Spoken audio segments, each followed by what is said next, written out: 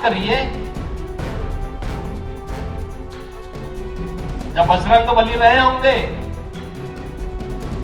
त्रेता युग में, तब तो इस्लाम नाम की कोई वस्तु इस धरती पे नहीं थी। और जिन्हें बजरंग बली पसंद नहीं है, उन्हें जो पसंद है वहां जाए। भारत के अंदर कौन ऐसा भारतीय होगा जो राम को न मानता हो, जो बजरंग बली को न मानता हो।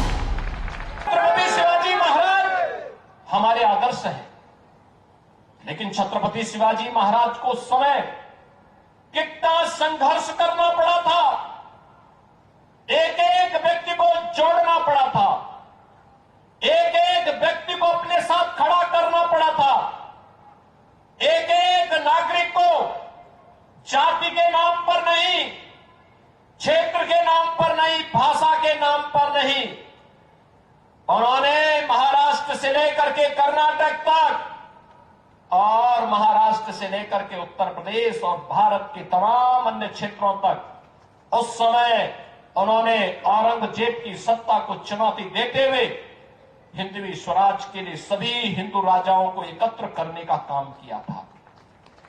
तब औरंगजेब जैसा बर्बर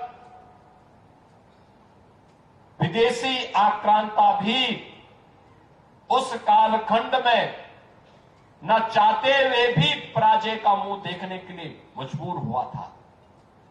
बहनों और भाइयों, मैं आप सबसे यही कह रहा हूं, इतिहास हम सबको यही प्रेरणा दे रहा है। तमाम लोग आपके पास आएंगे, तमाम मुद्दों को उठाएंगे, तमाम बातें आपके सामने कहेंगे, और मैं तो केवल एक लाइन में अपनी बात कह रहा हूं, और एक लाइन की बात यही है कि बंटो मत।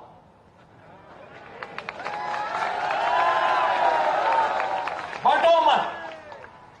बंटे थे तो कटे थे,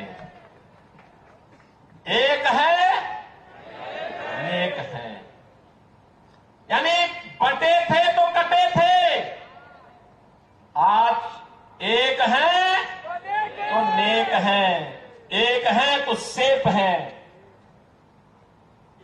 और जब तक एक रहेंगे, सेफ रहेंगे, आपकी शोभा यात्रा पे कोई पथराव नहीं करेगा। पथराव करने वाला आपके आगे आगे झाड़ू लगा करके सफाई करते हुए जाएगा।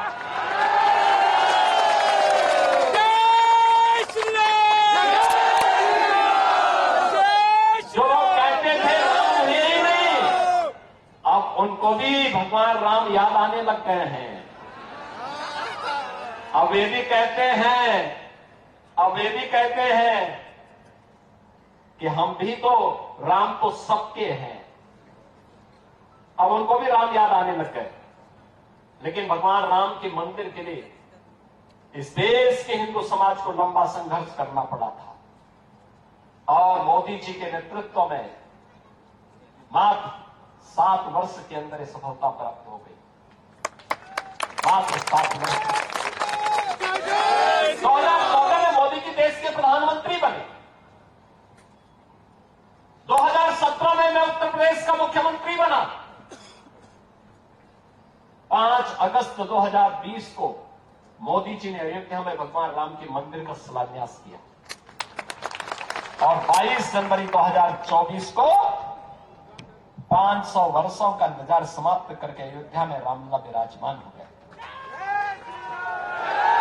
और अगर फिर से एक रहेंगे तो मथुरा भी और काशी भी इंतजार कर रहा है।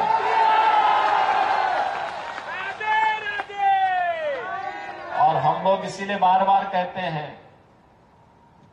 कि लड़ो नहीं और बंटो नहीं। ये लड़ाने वाले, ये बांटने वाले लोग कभी आपके साथ कभी खड़े नहीं होने वाले हैं, कभी नहीं खड़े होंगे। मैं देख रहा था यहां पर अमरावती में, जब श्रीमती नवनीत राणा यहां पर हनुमान चालीसा के लिए भी संघर्ष कर रही थी। याद करिए, जब बजरंग बली रहे होंगे त्रेता युग में, तब तो इस्लाम नाम की कोई वस्तु इस धरती पे नहीं थी।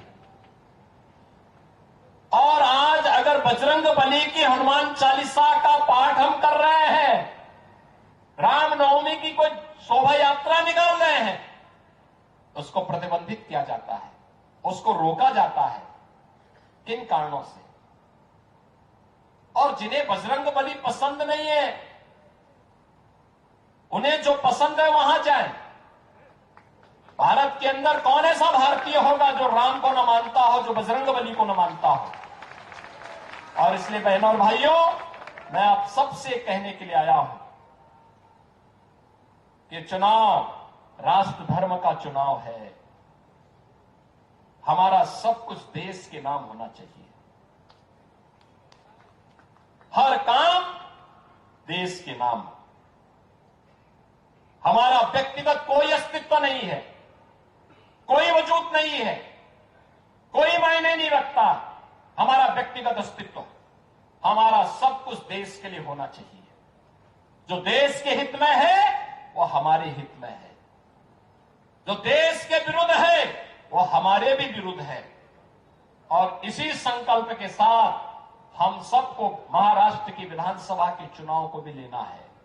अगर देश के हित में महायुति गठबंधन की सरकार आनी है तो हर हाल में आनी है, हर हाल में लानी है। और यही आह्वान करने के लिए मैं आपके बीच आया हूं। यहां पर भारतीय जनता पार्टी ने अपने प्रत्याशी के रूप में, यहां पर भारतीय जनता पार्टी के प्रत्याशी के रूप में श्री राजेश वानखड़े जी आपके बीच में यहां पर आपको भारतीय जनता पार्टी ने प्रत्याशी बनाकर दिया है। बहनों और भाइयों, विकास कराना हो, लोक कल्याणकारी कार्य कराना हो, विरासत और विकास के अद्भुत समन्वय को आगे बढ़ाना हो, या राष्ट्रीय सुरक्षा को सुदृढ़ करना हो, ये केवल और केवल भारतीय जनता पार्टी के नेतृत्व में, मोदी जी के नेतृत्व में ही संभव हो सकता है। और इसीलिए मैं आप सबसे अपील करने के लिए आया हूं। आप सबसे मेरी अपील है कि भारतीय जनता पार्टी और महायुति गठबंधन से जुड़े हुए हमारे जितने भी प्रत्याशी हैं, श्री राजेश वानखड़े तिवसा विधानसभा क्षेत्र से,